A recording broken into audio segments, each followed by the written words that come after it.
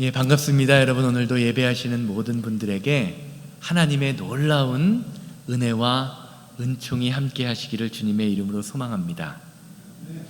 인생의 모든 문제는 자신이 있어야 할 자리를 벗어날 때부터 시작됩니다. 학생은 학교에 있어야 자신의 역할을 가장 잘 감당할 수 있고요. 남편과 아내는 어디에 있을 때? 가정에 있을 때 행복함을 누릴 수 있어야 합니다. 엉뚱한 집에 가서 행복함과 평안함을 누리면 안 됩니다. 그런데 우리는 어떻습니까? 대부분 있어야 할 자리에서 뭐를 하죠? 딴짓을 합니다. 우리가 밤에 자는 잠을 한번 생각해 보시기를 바라요. 시편 127편 2절 말씀을 보면 우리가 아주 좋아하는 하나님께서 잠에 대하여 하신 말씀이 있지요. 너희가 일찍 일어나고 늦게 누우며 수고의 떡을 먹음이 헛되도다. 그러므로 여호와께서 그의 사랑하는 자에게는 잠을 주시는도다. 성경은 우리가 그렇게 편안히 누리는 잠에 대해서도 언제 하나님이 허락하실 때만 평안한 잠을 잘 수 있다고 말합니다. 여러분 살면서 밤새도록 잠자고 싶은데 잠 못 이루던 경험 있으세요? 없으세요? 있으시죠? 아무리 자려고 노력해도 도무지 잠이 오지 않는 밤을 뜬 눈으로 경험해 보셨을 겁니다. 사람이 얼마나 무기력한지 편안하게 잠을 자는 것도요, 하나님이 허락하시지 않으면 이루어질 수 없어요. 대부분의 짐승들은요, 눈만 감으면 잡니다. 여러분들 집에 강아지 키우시지요? 강아지도 자고 싶을 때 잡니다. 가끔 성도님들 댁에 낮에 신방을 가면 그 집에서 키우는 강아지가, 개들이 대자로 뻗어서 잠을 자는 것을 볼 때가 있어요. 그때마다 드는 생각이 있죠. 개팔자가 상팔자구나. 이런 생각을 참 많이 합니다. 그런데요, 사람은요, 잠이 안 오기 시작하면 어때요? 아무리 수면제를 막 때려 부어도, 아무리 먹어도 잠을 자지 못합니다. 잠깐 잠을 자볼까 하고 눈을 감았다가 뜬 눈으로 밤을 지새우며 자야 되는데 한숨을 푹푹 쉬어도 잠을 못 자는 게 인간이에요. 근데 또 가만히 생각해 보면요, 잠을 자지 말아야 될 때 잡니다. 언제 자지요? 경험해 보셨죠? 예배 시간에 잡니다. 유난히 설교 시간에 잠이 잘 와요. 괜찮아요. 주무셔도 돼요. 딴 데 가서 자는 것보다 설교 시간에 자는 게 낫습니다. 또 어때요? 운전하면서 우리가 많이 졸아요. 운전할 때 잠이 오기 시작하면 어떻습니까? 이 내려가는 눈꺼풀을 감당할 수가 없습니다. 잠을 자야 하는 침대에서 자야 하는데 우리 인간이요, 잠이라는 것도 컨트롤하지 못하는 그런 무기력한 존재예요. 단잠도 하나님이 허락해 주셔야 잘 수 있습니다. 그런데 이렇게 있어야 할 자리에 있지 못하는 인간의 무기력함이 어디에서 왔습니까? 성경은요, 인간이 제자리를 벗어난 원인에 대하여 사탄의 유혹에 넘어갔기 때문이다 라고 증거하지요. 과학이 발달하고 이성을 중요하게 생각하는 이 현대 사회에서 목사가 이 사탄의 존재를 이야기하면요, 많은 성도들이요, 고리타분하고 구시대적인 발상이다라고 생각하는 분들이 많이 있습니다. 그래서 오늘날 강단을 보면요, 신학교에서도 가르치기를 강단에서 사탄에 대해서 이야기하지 말아라 라고 가르쳐요. 그런데 저는 목사로서요, 분명히 또 성도로서 사탄의 존재를 분명하고 확실하게 믿습니다. 제가 그렇게 믿는 이유는 제가 믿는 성경이 사탄의 실체를 분명하게 말씀하고 있기 때문입니다. 마태복음 16장 23절 보세요. 예수께서 돌이키시며 베드로에게 이르시되 사탄아 내 뒤로 물러가라. 너는 나를 넘어지게 하는 자로다. 내가 하나님의 일을 생각하지 아니하고 도리어 사람의 일을 생각하는도다 하시고. 사랑하는 여러분, 성경이 말하는 사탄은요, 우리가 TV에서 보는 이 귀신이나 악마 같은 모습으로 나타나는 그런 눈에 보이는 존재가 아닙니다. 우리를 신앙생활에서 넘어지게 만들고 결국에 하나님의 일을 생각하지 못하고 사람의 일로 바꾸는 상황이나 나의 자존심, 이러한 모든 것들이 바로 사탄의 실체입니다. 그렇기에 사탄의 유혹에 빠지게 되면 어떻습니까? 가장 먼저 일어나는 것이 하나님의 일과 분리되어 사람의 일을 생각하는 거예요. 이것은 멸망이라는 히브리어 단어에 아주 잘 드러나 있습니다. 멸망이라는 단어의 히브리어와 헬라어의 의미는요, 단순히 육체, 우리의 몸이 죽는 죽음이나 파괴, 망하는 것을 의미하는 것이 아니라 하나님과 분리됨이라는 뜻을 가진 영적인 의미가 담겨져 있습니다. 이사야서 59장 2절 말씀에 이것이 아주 잘 드러나요. 오직 너희의 죄악이 너희와 너희 하나님 사이를 어떻게 되었다? 갈라놓았고 너희 죄가 그의 얼굴을 가리어서 너희에게 듣지 않으시게 함이니라. 쉽게 말하면 사탄의 목적은 하나님과 우리의 사이, 하나님과 성도의 사이를 갈라놓아서 하나님의 말씀을 듣지 못하게 하고 하나님의 일을 사람의 일, 세상의 일로 바꾸어 버리는 것입니다. 이게 사탄의 실체라는 거죠. 인류의 죄가 시작되는 것을 설명하는 아담과 하와의 모습, 오늘 본문 말씀의 일부인데요, 잘 보시기 바라요. 하나님이 세상을 창조하십니다. 아담과 하와를 세상의 관리자로 부르셨어요. 그런데 아담과 하와가 사탄의 유혹에 빠져서 죄를 짓습니다. 그때 그들에게 가장 먼저 나타난 행동을 성경은 다음과 같이 증거하죠. 창세기 3장 9절에서 10절이에요. 여호와 하나님이 아담을 부르시며 그에게 이르시되 내가 어디 있느냐? 이르되 내가 동산에서 하나님의 소리를 듣고 벗었으므로 두려워하여 숨었나이다. 사랑하는 여러분, 인간이 하나님과 분리되었을 때 가장 먼저 느끼게 되는 감정은 바로 두려움이라는 감정입니다. 그렇기에 우리가 성도라면요, 우리에게 엄습해오는 날마다 다가오는 두려움의 실체를 바로 알아야 합니다.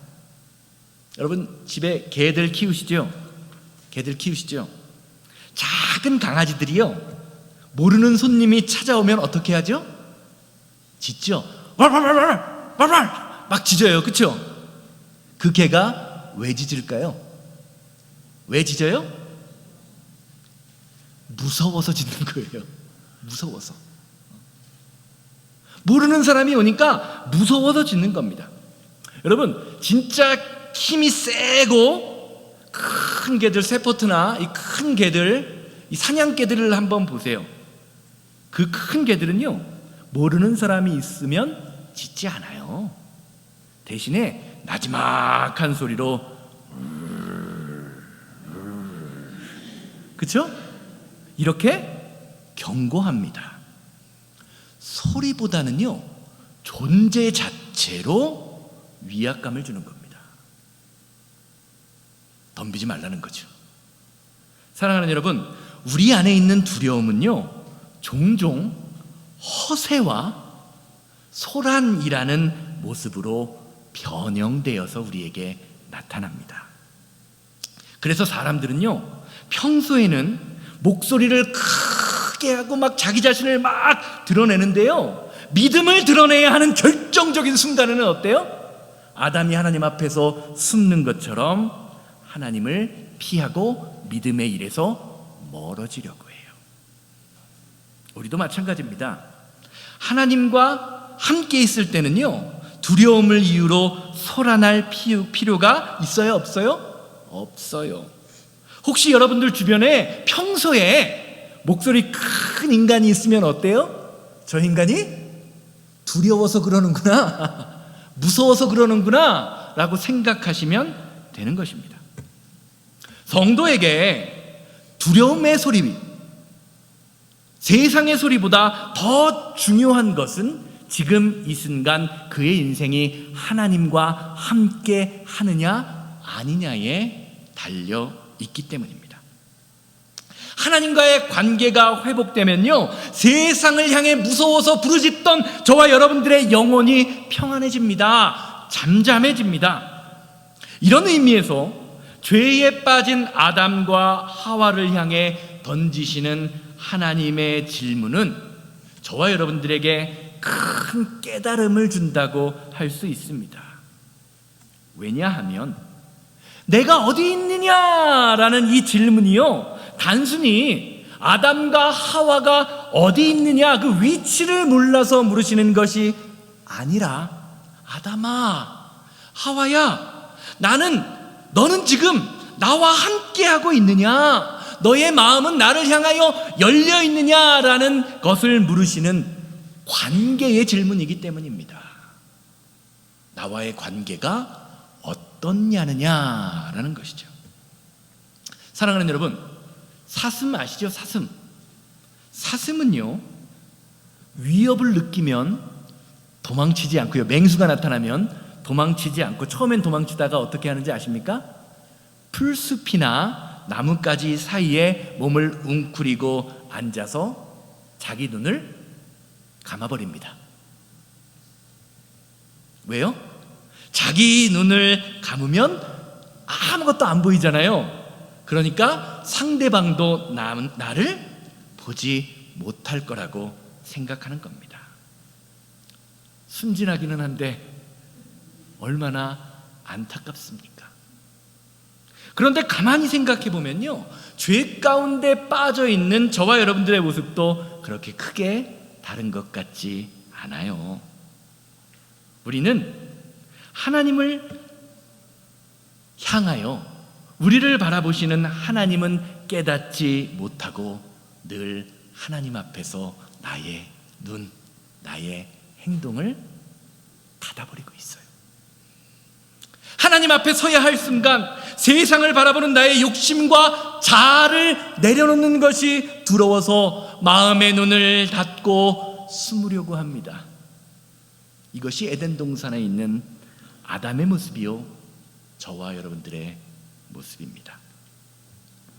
그런데 하나님께서는 이런 우리를 보고 오늘도 묻고 계세요. 새생명교회 성도들아, 어디 있느냐? 어디 있느냐? 한번 자기 이름을 넣어서요, 크게 한번 스스로 물어보시기 바랍니다. 이렇게, 영혼아 어디 있느냐? 한번 해볼까요? 시작. 영혼아 어디 있느냐? 사랑하는 여러분, 우리 마음으로부터요, 하나님이 우리를 부르시는 이 소리가 들려야 돼요. 왜냐하면 이 질문은 우리를 벌주기 위한 책망이 아니라 저와 여러분들을 회복시키기 원하시는 하나님의 사랑이 담겨져 있기 때문입니다. 그런데 문제는 하나님께서 내가 어디 있느냐, 내가 어디 있느냐라는 이 질문을 아무리 하셔도요, 우리는 이 질문을 곧이곧대로 받아들이고 이해하지 않습니다. 왜냐하면 우리의 눈이, 우리의 귀가, 우리의 영혼이 병들었기 때문입니다. 오늘 말씀 보세요. 일반적으로 야, 너 어디 있어? 라고 물으면 뭐라고 대답해야 되죠? 야, 너 어디 있니? 그러면 나 어디 있어? 나 집에 있어? 나 교회에 있어? 어디에 있다라고 대답을 해야 돼요. 그런데 아담은요, 너 어디 있느냐라고 대답하는데, 주님, 하나님, 내가 여기 있습니다 라고 대답하지 않아요. 대신에 뭐라고 대답합니까? 하나님, 내가 두려워서요 지금 숨어 있습니다. 그 이유를 뭐라 그래요? 내가 지금 벗었기 때문에 두렵습니다 라고 이야기해요. 말씀을 잘 보시면요, 하나님은 아담에게 한 번도 너 지금 왜 벗고 있니? 라고 물으신 적이 없습니다. 그런데 창조 이후, 하나님이 만드신 이후에 지금까지 얼마인지는 모르지만 긴 시간 동안 옷을 벗고 있어도 두렵고 창피하지 않던 아담이 갑자기 내가 벗고 있는 것이 두려워졌습니다 라고 대답하고 있어요. 왜 그렇습니까? 나를 바라보고 있는, 그리고 자신과 함께 있는 자신의 부인인 하와를 바라보고 있는 아담의 시선이 병들었기 때문입니다. 죄로 물들었기 때문입니다. 창세기 2장을 보면요, 하나님께서 아담을 창조하십니다. 그리고 그 후에 아담에게 이 세상에 있는 모든 동물의 이름을 짓게 만드세요. 성경은 이 부분을 이름을 주다라고 표현합니다. 창세기 2장 20절 말씀 보세요. 창세기 2장 20절입니다. 아담이 모든 가축과 공중의 새와 들의 모든 짐승에게 이름을 주니라. 아담이 돕는 배필이 없으므로. 히브리어 의미에서 이름을 주다라는 의미는 속을 꿰뚫어 보다라는 의미가 있습니다. 즉 아담에게, 창조의 후에 아담에게 하나님께서 사람의 겉모습, 동물의 겉모습뿐만이 아니라 그 속에 있는 본질이나 의도, 감정을 꿰뚫어 볼 수 있는 능력을 주셨다라는 거예요. 그래서 아담은 그 본질을 꿰뚫어 봄으로 인하여 모든 동물들의 이름을 지은 것이죠. 그런데 하나님이 아담을 보실 때에 아담을 돕는 사람, 도울 만한 배필이 없음을 아셨어요. 그래서 아담을 잠들게 하신 후에 아담의 갈비뼈를 가지고 와서 하와를 창조하시고 아담에게 주십니다. 그때 아담은요, 하나님이 창조하신 여자를 보고 다음과 같이 고백하죠. 창세기 2장 23절이에요. 아담이 이르되 이는 내 뼈 중에 뼈요 살 중에 살이라. 이것을 남자에게 취하였은즉 여자라 부르리라. 여자라는 단어의 뜻은요, 남자에게서 얻었다라는 뜻입니다. 남자에게서 얻었다. 쉽게 말하면 아담이 자신의 아내 하와를 처음 딱 보니까요, 자신의 그 속을 꿰뚫어 보는 그 능력을 통해서 보니까 여자라는 존재가 딱 뭐와 똑같은 거예요? 나랑 똑같은 거예요. 나와 같은 거예요. 그래서 남자에게서 얻었다, 나로부터 얻었다라고 지은 겁니다. 그런데 하나님과의 관계가 죄로 인하여 틀어지고 난 후에 아담은요, 나에게서, 나와 똑같은 동일한 존재를 통하여 부끄러움과 두려움을 느끼게 됩니다. 아담과 하와에게 죄가 들어오고 관계가 깨짐이 부끄러움을 유발한 거예요. 쉽게 말하면 하나님과의 관계가 깨진 것이 아담과 하와의 관계가 분리됨으로 나타났다는 겁니다. 사랑하는 여러분, 부부라는 관계는요, 남편과 아내라는 관계는요, 남편 혹은 아내 되는 상대방이 내가 되는 사이입니다. 저 사람이 내가 돼야 하고 내가 저 사람이 돼야 돼요. 쉽게 말하면 상대방의 아픔과 상처와 기쁨과 슬픔이 다 뭐가 되는 사이? 하나가 되는 사이라는 거죠. 그런 일이 일어날 때 부부간에 뭐가 사라져요? 부끄러움이 사라집니다. 그런데 가정이라는 공간에서 남편과 아내가 하나님을 통하여 하나님의 관계로 연결되지 않으면 남편이 아내가 서로 하나가 되는 것이 아니라 어떻게 되죠? 남편과 아내가 남이 되는 사건이 일어납니다. 그래서 유행가 가사에도 이런 가사가 있죠. 무슨 가사가 있죠? 님이라는 글자에 점 하나만 찍으면 뭐가 돼요? 도로남이 되는 장난 같은 인생사. 님이라는 글자에 점 하나 딱 찍어서 관계가 깨어져 버리니까 뭐가 돼요? 남이 되어버리는 겁니다, 여러분. 그래서 남편을 뭐라 그래요? 남의 편이 되어버려요. 내 편이 아니라. 뭐가 문제입니까?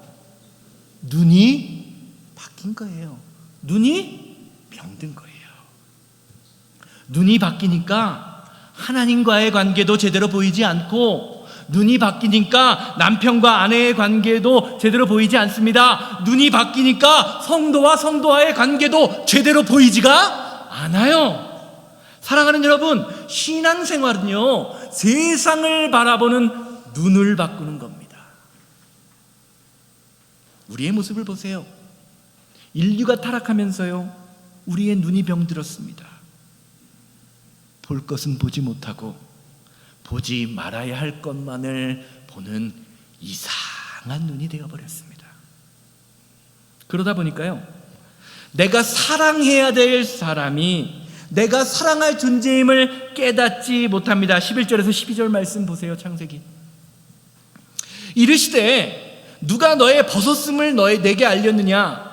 내가 내게 먹지 말라 명한 그 나무 열매를 내가 먹었느냐? 아담이 이르되 하나님이 주셔서 나와 함께 있게 하신 여자, 그가 그 나무 열매를 내게 주므로 내가 먹었나이다. 결국 아담은 자신이 죄를 지은 결과를 하나님이 주신 여자 때문이다라고 말합니다. 누구 잘못이라는 거죠? 결국에 누구 잘못이라는 거예요? 하나님 잘못이라는 거죠. 하나님 때문에 내가 죄를 졌다는 겁니다. 이 말도 안 되는 대답에 하나님은 대꾸도 하지 않고 하와에게 물으세요. 그러자 하와는 뭐라 그래요? 내 잘못이 아니에요, 하나님. 저 뱀이 나를 꼬셔서 그랬습니다. 사랑하는 여러분, 하나님과의 관계가 깨어지게 되면요, 그때부터는 내가 보이지 않고 다른 사람만 보입니다. 그래서 다른 사람과 나를 비교하면서 판단하고 정죄합니다. 마태복음 20장 이후의 말씀을 보면 포도원의 품꾼 비유가 나오죠. 일꾼이 필요한 그 포도원의 주인이요, 이른 아침에 나가서 한 데나리온을 주고 일꾼과 그 밭에서 일을 하기로 약속을 합니다. 마태복음 2장 22절 보세요. 20장 2절. 그가 하루 한 데나리온씩 품꾼들과 약속하여 포도원에 들여보냈다. 아침에 일찍 나가서 일꾼을 구했는데 그래도 일손이 부족했는지 오전 9시, 12시, 오후 3시, 오후 5시 이렇게 여러 번 나가서 주인은 일꾼을 부릅니다. 그런데 참 재미있는 사실은요, 오전 9시부터 일을 했던 사람들에게는 20장 2절 말씀에서 이야기하는 것처럼 한 데나리온이라고 약속하지 않고요, 다음과 같이 애매하게 말을 해요. 주인이 20장 4절 보세요. 그들에게 이르시되 너희도 포도원에 들어가라. 내가 너희에게 상당하게 주리라 하니 그들이 가고. 여기서 이 상당하게라는 단어의 뜻은요, 공평하게 일한 만큼이란 뜻을 가지고 있습니다. 하루를 마무리하고 6시가 되고 오후 6시가 됩니다. 주인은요, 오후 5시가 된 시간에 일을 하러 온 사람부터, 가장 늦게 일을 한 사람부터 일당을 줍니다. 그리고 맨 먼저 새벽 6시에 온 사람이 보니까요, 그 사람들이 받는 돈이요, 한 데나리온이에요. 한 데나리온. 주인이 나중에 온 사람을 부를 때 일한 만큼 공정하게, 공평하게 주었다라는 것을 들었기에 이 사람은 어떤 생각을 하죠? 주인이 나에게는 좀 더 많이 줄 거야 라는 생각을 하죠. 그런데 나중에 보니까요, 자기에게 주는 돈이 맨 꼴찌로 온 사람과 똑같이 주는 거예요. 그러자 이른 아침부터 와서 일한 이 일꾼이요, 아니 어떻게 1시간밖에 일한 사람, 그 사람하고 하루 종일 일한 우리에게 이 똑같이 대우합니까? 라고 뭐를 해요? 불평을 하고 원망을 합니다. 어찌 보면 그 원망이 세상적 가치로 볼 때 일리 있는 것처럼 보여요. 그러자 주인이 다음과 같이 이야기하죠. 20장 13절에서 15절, 마태복음 20장 13절에서 15절 보세요. 그 주인이 그중 한 사람에게 대답하여 이르되, 친구여, 내가 내게 잘못한 것이 없노라. 내가 나와 한 데나리온을 약속하지 않았느냐? 내 것이나 가지고 가라. 나중은 이 사람에게 너와 같이 주는 것이 내 뜻이라. 내 것을 가지고 내 뜻대로 할 것이 아니냐? 내가 선함으로 내가 악하게 보느냐? 여러분 생각해 보세요. 한 데나리온 주고 일합시다 라고 했는데 한 데나리온 주는 게 잘못된 거예요? 잘못 안 된 거예요? 틀린 거예요? 아니잖아요. 그렇죠? 맞는 거잖아요. 근데 다른 사람과 비교하는 그 시점부터 뭐예요? 내가 받은 은혜는 완전히 까먹어 버립니다. 이게 다른 사람과 비교하는 비교의 능력이에요. 우리를 절망으로 빠지게 만들고요, 우리를 불평으로 빠지게 만들어버려요. 사랑하는 여러분, 신앙생활은요, 다른 사람과 비교하는 것이 아닙니다. 주님의 십자가 앞에서 내가 할 일을 하는 것이 신앙생활이에요. 내가 있어야 할 자리에 있는 것이 신앙생활입니다. 아담을 보세요. 눈이 병들었어요. 그러자 저 사람이 나와 존재가 똑같은 사람이구나 라고 고백했던 자신의 아내를 보면서 저 인간 탓을 합니다. 하나님 탓을 합니다.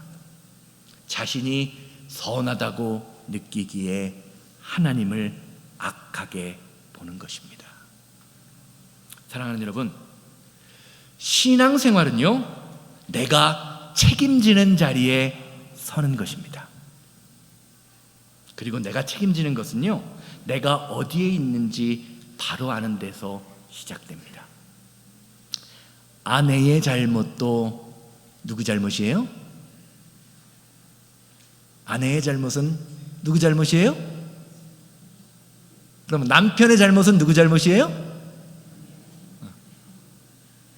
아내의 잘못도 내 잘못이요, 내 잘못도 내 잘못이요, 남편의 잘못도 내 잘못이요, 내 잘못도 내 잘못이 되는 것. 이게 신앙생활이라는 거예요. 이게 성도의 삶, 하나님이 원하시는 가정, 교회의 모습이라는 거예요.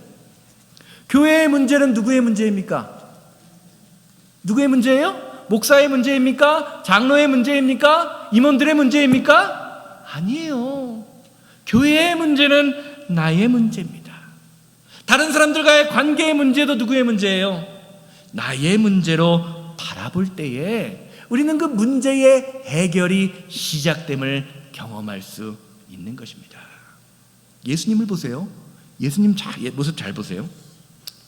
예수님은요, 이 세상의 모든 사람들, 인류의 죄를 너희의 잘못이다 라고 다른 사람의 탓으로 돌리지 않으십니다. 세상의 모든 죄를 지시고 십자가에 스스로 달려 돌아가시면서 저와 여러분들에게 사망의 길을 벗어나 생명의 길을 인도하셨어요. 야, 네 잘못은 네가 했으니까 너희들이 책임져 라고 말씀하시지 않고요, 세상의 모든 죄와 허물과 아픔과 상처와 저주를 자신의 것으로 알고 십자가를 지신 것입니다. 그러면서 저와 여러분들에게 오늘 이 시간 묻고 계신 거예요. 내가 어디 있느냐? 이 음성을 듣고 내가 있어야 할 자리, 우리 교회가 나가야 할 사명의 자리로 돌아가야 합니다. 그때 우리의 말과 행동을 통해 생명이 선포됩니다. 어둠에 갇힌 영혼들이 빛 가운데로 돌아오는 믿음의 역사가 일어나게 되는 것입니다. 결론적으로 말씀드릴게요. 제가 예전에 벌써 10년도 넘었는데요, 부교역자로 섬기고 있을 때 그 교회에서 섬기시던 장로님 중에 한 분이요, 911, 9.11 테러 때 그 쌍둥이 빌딩에서 일을 하고 계시던 분이 있으셨어요. 일을 막 하고 있는데 갑자기 펑 소리가 나더래요. 쾅 소리가 나더래요. 그래서 지진이 나신 줄 알았대요. 알고 보니 어땠습니까? 테러 단체들이 비행기를 탈취해서 미국에 있는 쌍둥이 빌딩을 동시에 부숴버렸죠. 이분이 계시던 곳은 운이 좋게도 사고가 난 것보다 한참 아래층이어서 처음에는 큰일이 난 줄 몰랐었대요. 그런데 갑자기 한 무더기의 사람이 막 들어와서 소리를 지르면서 사고가 났다고 도망가라고 소리를 지르더랍니다. 누구였을까요? 소방관과 경찰관들입니다. 그때 소방관들이 막 들어와서 외친 말이요, 거기 아무도 없습니까? 어디에 계십니까? 라고 물어보면서 막 소리를 지르면서 외치더래요. 그때 그 소리를 듣고 빨리 뛰어나와서 이 장로님이 목숨을 건지셨다라는 이야기를 들은 적이 있습니다. 사랑하는 여러분, 교회는요, 목사가 하는 좋은 말이나 들으며 교양을 쌓고 지식을 쌓고 좀 더 평안한 삶을 만들어주는 그런 공간이 아닙니다. 그런 공간을 꿈꾸고 계신다면 죄송합니다. 다른 교회 가셔도 돼요. 그런 공간을 꿈꾸신다면. 교회는 그런 곳이 아니에요. 내가 영원한 생명을 얻느냐 마느냐의 문제를 다루는 곳입니다, 여러분. 9.11 사태 속에서 있었던 소방관, 경찰관의 다급함처럼 저와 여러분들에게도 영혼을 살리는 다급함이 있어야 돼요. 9.11 사건 때요, 소방관과 경찰관이요, 그 무너지는 건물 속에서 몇 명이나 죽었는지 아십니까? 403명이 죽었습니다. 그 무너지는 건물에 들어가지 않으면 그 사람들은 살 수 있었어요. 그런데 다른 사람들을 살리기 위해서요, 400명이 넘는 사람들이 그 건물이 무너질 줄 알면서 스스로 죽음을 선택한 겁니다. 왜요? 다른 사람을 살려야 되니까. 그게 자신의 임무니까, 자신의 직업이니까. 한번 생각해 보세요. 여러분 성도이십니까? 예수 그리스도를 믿고 계십니까? 그렇다면 여러분 자신은요, 우리 교회는요, 죽어가는 영혼들을 살리기 위하여 얼마나 나를 희생하고 계십니까? 소방관들도요, 죽어가는 사람 살리겠다고 들어가서 죽는 게 세상의 이치예요. 우리가 교회라면 세상보다 나아야 하지 않겠습니까? 성도라는 이름을 가지고 소방관보다 경찰관보다 못한 사람이 되면 어떡합니까? 그렇기에 지금 오늘 이 시간 하나님이 우리에게 하시는 말씀, 아담아, 내가 어디 있느냐? 새생명교회 성도들아, 내가 지금 어디에 있느냐라는 이 음성이 우리에게 들려야 돼요. 그리고 이 말씀에 빠르게 반응해야 됩니다. 왜요? 하나님의 부르심은 우리에게 기회를 주시고 회복을 주시기 위한 부르심이기 때문입니다. 오늘 이 시간 우리를 부르시는 주님의 음성에 마음 깊이 깊은 곳에서부터 반응하시는 그 믿음의 사건이 저와 여러분들의 삶에 함께하기를 주님의 이름으로 소망합니다. 오늘도 하나님께서는요, 하나님의 음성에 반응하는 사람을 찾으세요. 그리고 그 사람을 부르셔서 회복시키십니다. 하나님이 찾으시는 사람, 하나님 말씀에 응답하시는 사람이 저와 여러분들 되기를, 우리 교회가 되기를 주님의 이름으로 소망합니다. 이 시간 다 같이 주를 위한 이곳에 부르시고요, 주님, 내가 하나님을 사랑한다고 하면서 다 같이 일어나서 찬양하시면서 주님을 위한 이곳에 부르시고, 주님, 내가 하나님을 사랑한다고, 하나님을 예배한다고 하면서 눈이 병들었습니다. 내 마음이 상처 있고 병들었습니다. 그래서 주님이 나를 부르시는 그 음성에 온전히 대답하지 못했던 나의 허물과 약점과 상처를 주님 불쌍히 여겨주시고, 다시 한번 내가 있어야 할 그 자리, 사명의 자리를 찾아가는 귀한 믿음의 자녀로서 살아갈 수 있도록 우리에게 은혜를 허락하여 주시옵소서. 다 같이 찬양 부르신 후에 통성으로 기도하고 예배를 축도로 마칩니다. 주를 위한 이곳에 예배하는 자들 중에 그가 찾는 이 없어. 주님께서 슬퍼하시네.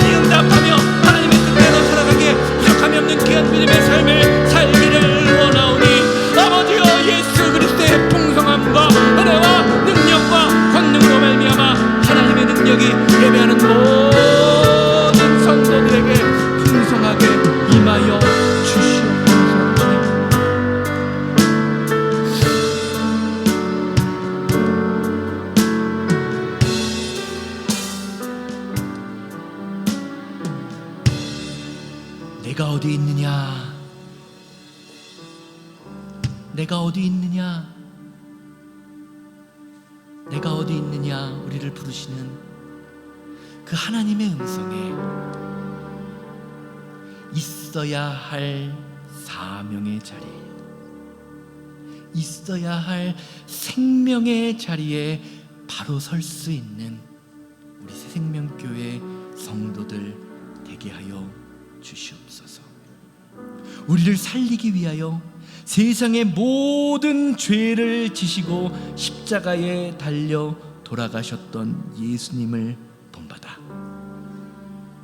죽어가는 영혼을 살리는 교회, 죽어가는 영혼을 살리기 위하여 나를 희생하는 성도가 되어 우리 새생명교회 성도님들의 삶 속에 날마다 영혼이 구원되는 믿음의 역사가 일어나게 하여 주시옵소서. 이제는 우리 주 예수 그리스도의 은혜와 아버지 하나님의 거룩하심과 성령님의 감화감동 역사하심이 내가 어디 있느냐라는 그 주님의 음성에 온전히 응답하며 있어야 할 자리에 바로 서기를 원하는 우리 성도님들의 삶과 가정과 사업장 만나는 모든 사람들 위해 이제로부터 영원토록 함께 있을지어다.